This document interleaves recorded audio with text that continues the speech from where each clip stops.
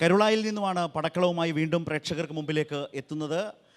ആവേശകരമായ തെരഞ്ഞെടുപ്പ് പ്രചാരണത്തിൻ്റെ നിലമ്പൂർ ഉപതെരഞ്ഞെടുപ്പിൻ്റെ പ്രചാരണ ദിവസങ്ങളുടെ അവസാന ദിനങ്ങളിലേക്ക്, അവസാന മണിക്കൂറുകളിലേക്ക് അങ്ങനെ നീങ്ങിക്കൊണ്ടിരിക്കുകയാണ്. വിഷയങ്ങളൊക്കെ വളരെ സജീവമായി ഉയർന്നു വന്ന ഒരു ഉപതെരഞ്ഞെടുപ്പ് കാലമാണ് കടന്നുപോയിക്കൊണ്ടിരിക്കുന്നത്. അതിൻ്റെ അവസാന ഘട്ടത്തിലേക്ക് നീങ്ങുമ്പോൾ ഇന്ന് ഈ കരുളായിലെ പടക്കളത്തിൽ പങ്കുചേരുന്നത് അഡ്വക്കേറ്റ് KS അരുൺകുമാർ LDF, അതുപോലെ അഡ്വക്കേറ്റ് P നസറുള്ള UDF എന്നിവരാണ് ചേരുന്നത്. ശ്രീ നസറുള്ള, UDFനെ കാര്യമായി സഹായിക്കുന്ന മാധ്യമങ്ങളിൽ ഒന്നിൽ ഞാൻ കണ്ട ഒരു കുട്ടിയുടെ വീഡിയോയെക്കുറിച്ചാണ് ആദ്യം താങ്കളോട് ചോദിക്കുന്നത്. ആ കുട്ടി പറയുന്നത്, ഞാനൊരു UDFകാരിയാണ്, പക്ഷേ ഇത്തവണ വോട്ട് സ്വരാജിനാണ് എന്ന് പറയുമ്പോൾ ആ റിപ്പോർട്ടർ നിരന്തരം ചോദിക്കുന്നുണ്ട്, UDFകാരിയല്ലേ, പിന്നെ എന്തുകൊണ്ടാണ് അങ്ങനെ ചോദിക്കുന്നത്? കാരണം അവരുടെ ആളുടെ പ്രസംഗം കേട്ടിട്ടാണ്, അഭിപ്രായം കണ്ടിട്ടാണ്, അതുകൊണ്ട് തന്നെ പോയാൽ കുറേ കൂടി ഫലപ്രദമാകും എന്നൊക്കെ തരത്തിൽ പറയുന്ന ഒരു വീഡിയോയാണ്. അപ്പോൾ ഞാൻ ചോദിക്കാൻ വന്നത്, ഇത് യഥാർത്ഥത്തിൽ നിലമ്പൂരിൽ സംഭവിക്കുന്ന ഒരു UDF പ്രതീക്ഷിക്കാത്ത മാറ്റത്തിൻ്റെയോ അല്ലെങ്കിൽ നിങ്ങൾ നേരിടുന്ന വെല്ലുവിളിയുടെയും ഒരു സാഹചര്യമാണോ? സ്ഥാനാർത്ഥി ഈ മുന്നണികളുടെ പൊതുവായ കണക്കുകൂട്ടലുകൾക്കപ്പുറം ചെന്നു കയറാവുന്ന ഇടങ്ങൾ, ചെറുപ്പക്കാർ, സ്ത്രീകൾ, അങ്ങനെ UDF വോട്ടുകൾ പരമ്പരാഗതമായി കിട്ടുന്നതിനെ പോലും സ്വാധീനിക്കാൻ കഴിയുമെന്ന പ്രശ്നം നിങ്ങൾക്ക് മുമ്പിലുണ്ടോ? ഒരു വെല്ലുവിളിയും ഐക്യ ജനാധിപത്യ മുന്നണിയെ സംബന്ധിച്ചിടത്തോളം ഈ നിലമ്പൂർ ഉപതെരഞ്ഞെടുപ്പിൽ ഞങ്ങളെ മുന്നിലില്ല. തെരഞ്ഞെടുപ്പ് ആകുമ്പോൾ പലരും പല അഭിപ്രായങ്ങളും പറയും.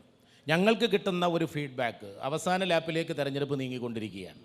ഞങ്ങൾ തുടക്കത്തിലുള്ള ഒരു ആത്മവിശ്വാസമല്ല ഞങ്ങൾക്കിപ്പോഴുള്ളത്. ഞങ്ങളുടെ ആത്മവിശ്വാസം ഓരോ ദിവസവും വർദ്ധിച്ചുകൊണ്ടിരിക്കുകയാണ്. അതൊരു നിലമ്പൂരിലെ ഉപതെരഞ്ഞെടുപ്പ് മാത്രമല്ല, കേരളത്തിൽ ഈ അടുത്ത കാലത്ത് നടന്ന എല്ലാ ബൈ ഇലക്ഷനുകളിലും ചർച്ചകൾ പലത് നടക്കും. പക്ഷേ റിസൾട്ട് വരുമ്പോൾ അത് ഐക്യ ജനാധിപത്യ മുന്നണിയുടെ ഞങ്ങൾ പ്രതീക്ഷകൾക്കപ്പുറത്തേക്ക് ഞങ്ങൾക്കൊരു വിജയം എല്ലാ ഉപതെരഞ്ഞെടുപ്പിലും ഈ കേരളത്തിൻ്റെ ചരിത്രം പരിശോധിച്ചാൽ ഈ അടുത്ത കാലത്ത് നടന്ന എല്ലാ ഉപതെരഞ്ഞെടുപ്പിലും ഉണ്ട്. നിങ്ങൾ ഒരു കുട്ടിയുടെ കാര്യം പറഞ്ഞു. ഞങ്ങൾക്ക് നിരവധി ആളുകളുണ്ട് ഇന്നലകളിൽ ഇടതുപക്ഷ ജനാധിപത്യ മുന്നണിയെ അത്രമാത്രം വിശ്വാസത്തിലെടുത്തിരുന്ന, അവരുടെ ആശയങ്ങൾ പ്രചരിപ്പിച്ചിരുന്ന വിദ്യാർത്ഥികൾ മുതൽ സാമൂഹ്യ സാംസ്കാരിക രംഗത്ത് നിലയുറപ്പിച്ച പ്രഗത്ഭർ വരെ ഈ തെരഞ്ഞെടുപ്പിൽ ഐക്യ ജനാധിപത്യ മുന്നണി വിജയിക്കണം എന്ന് ഞങ്ങൾ ആഗ്രഹിക്കുന്നു. ഞങ്ങൾക്ക് കിട്ടുന്ന ഫീഡ്ബാക്കും അങ്ങനെയാണ്. പലരും ഞങ്ങളോട് പറയുന്നുണ്ട്, ഈ തെരഞ്ഞെടുപ്പിൻ്റെ ഒരു പ്രാധാന്യം ഇത് ഐക്യ ജനാധിപത്യ മുന്നണി കേരളത്തിലേക്ക് ഒരു തിരിച്ചുവരവ് അടുത്ത നിയമസഭാ തെരഞ്ഞെടുപ്പ് കഴിയുമ്പോൾ ഉണ്ടാകേണ്ട ഒരു റിഹേഴ്സൽ, ഒരു സെമി ഫൈനലായിട്ട് ഞങ്ങൾ കാണുകയാണ്. അതുമാത്രമല്ല, ജനങ്ങളാകെ പൊറുതിമുട്ടി കഴിയുകയാണ്. ഇടതുപക്ഷ ജനാധിപത്യ മുന്നണി എന്തെല്ലാം കെട്ടിപ്പൊക്കി ഉയർത്തിയാലും അതൊന്നുമല്ല യാഥാർത്ഥ്യം എന്നറിയുന്ന ഒരു ജനവിഭാഗം പ്രത്യേകിച്ച് ഈ നിലമ്പൂരിലുണ്ട്. നിലമ്പൂർ വലിയ ഒരു പ്രളയവും ദുരന്തം കണ്ട് വളർന്ന ജീവിച്ചു കൊണ്ടിരിക്കുന്ന ഒരു ജനവിഭാഗമാണ്.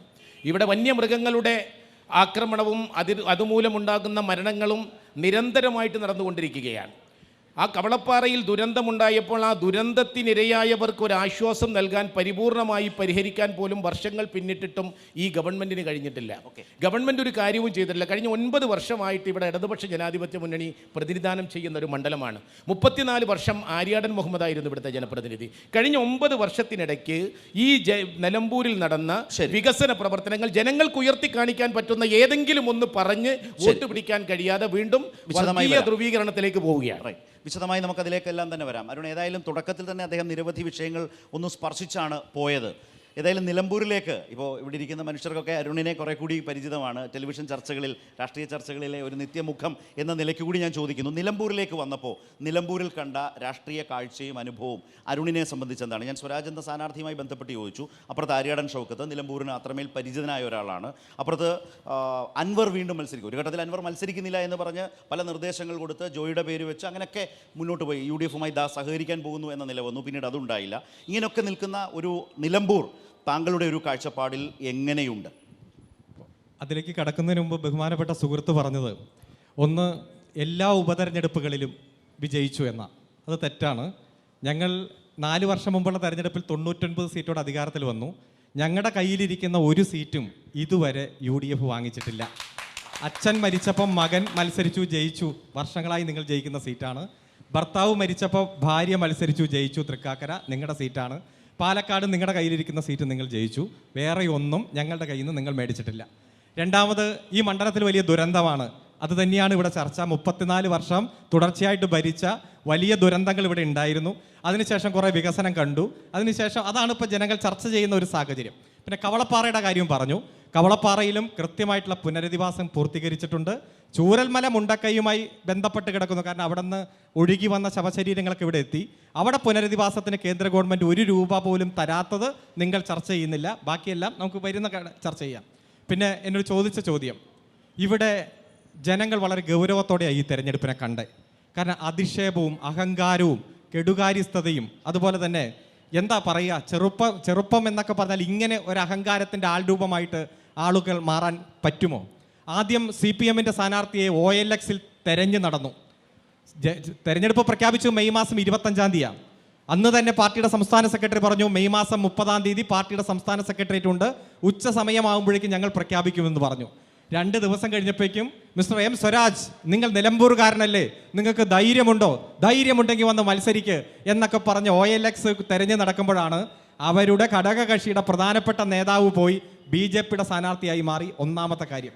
രണ്ടാമത് നമ്മൾ കണ്ടു, ഇവിടെ പെൻഷൻ വാങ്ങിക്കുന്ന ലക്ഷക്കണക്കിന് ആളുകൾ ഈ കേരളത്തിൽ അവരെ കൈക്കൂലിക്കാരായിട്ട് ചിത്രീകരിക്കുന്ന സാഹചര്യം ഉണ്ടായി. അതിനുശേഷം പുറത്തു വന്ന ഓരോ ഇൻസിഡൻറ്റ്, തെരഞ്ഞെടുപ്പ് സമയമാണ്, ഇലക്ഷൻ കമ്മീഷനാണ് കാര്യങ്ങൾ കൈകാര്യം ചെയ്യുന്നത്, അതിൻ്റെ ഉദ്യോഗസ്ഥന്മാർ വാഹനങ്ങൾ തടയും, പ്രത്യേകിച്ച് അതിർത്തി പ്രദേശങ്ങളിൽ എല്ലാ വാഹനങ്ങളും പരിശോധിക്കും. അത്തരത്തിൽ ഒരു പരിശോധന നടക്കുമ്പോൾ അത് വലിയ പ്രശ്നമായി കൊട്ടിഘോഷിച്ച് സ്വയം വീഡിയോ എടുത്ത് ആ വീഡിയോ മാധ്യമങ്ങൾക്ക് കൊടുത്ത് ഇന്ന് മുഴുവൻ ചർച്ചയാണ് ആ വിഷയങ്ങൾ. ഏതോ വലിയ അപരാധം ചെയ്തു എന്ന രൂപത്തിൽ. കെ രാധാകൃഷ്ണൻ MP-യുടെ വാഹനം തടഞ്ഞു പരിശോധിച്ചു, PK ബിജുവിൻ്റെ വാഹനം പരിശോധിച്ചു. അതുപോലെ എത്രയോ നേതാക്കന്മാർ BJP, കോൺഗ്രസ്, CPM, ഇടതുപക്ഷം, ലീഗ് നേതാക്കന്മാരൊക്കെ പരിശോധിക്കുന്നുണ്ട്. ഞാൻ വരുന്നത് എറണാകുളത്തുനിന്ന്. ഇപ്പോൾ ഉച്ച കഴിഞ്ഞ് പോരുമ്പോൾ 2 തവണ ഞങ്ങളുടെ വാഹനവും തടഞ്ഞു പരിശോധിച്ചു. ആ രീതിയാണ് ഞാൻ സൂചിപ്പിച്ചത്. ഇത്തരത്തിൽ യഥാർത്ഥത്തിൽ ഒരു തെരഞ്ഞെടുപ്പ് കൈകാര്യം ചെയ്യേണ്ട വികസനത്തിൻ്റെ രാഷ്ട്രീയം ഒരു വിഷയം പോലും UDF ഈ മണ്ഡലത്തിൽ ഇതുവരെ ഉയർത്തിയിട്ടില്ല. മറിച്ച് അധിക്ഷേപവും ആക്ഷേപവും അവരുടേതായിട്ടുള്ള അഹങ്കാരത്തിൻ്റെ ചില ഇടപെടൽ മാത്രം നടത്തി ഈ തെരഞ്ഞെടുപ്പിനെ അട്ടിമറിക്കാൻ നോക്കുമ്പോൾ ഈ നിലമ്പൂരിലെ ജനങ്ങൾ ജനാധിപത്യം നിലനിൽക്കാൻ, വികസന പ്രവർത്തനങ്ങൾക്ക് തുടർച്ചയുണ്ടാകാൻ, ക്ഷേമ പ്രവർത്തനങ്ങൾ കൂടുതൽ കാര്യക്ഷമമാക്കാൻ വേണ്ടി അവരുടെ വോട്ട് ചെയ്യുമെന്നതിൽ യാതൊരു മടിയുമില്ലാതെ അവർ വോട്ട് ചെയ്യും. അതാണ് ഈ തെരഞ്ഞെടുപ്പ് കൈകാര്യം ചെയ്യാൻ പോകുന്ന രാഷ്ട്രീയ വിഷയം. ശരി.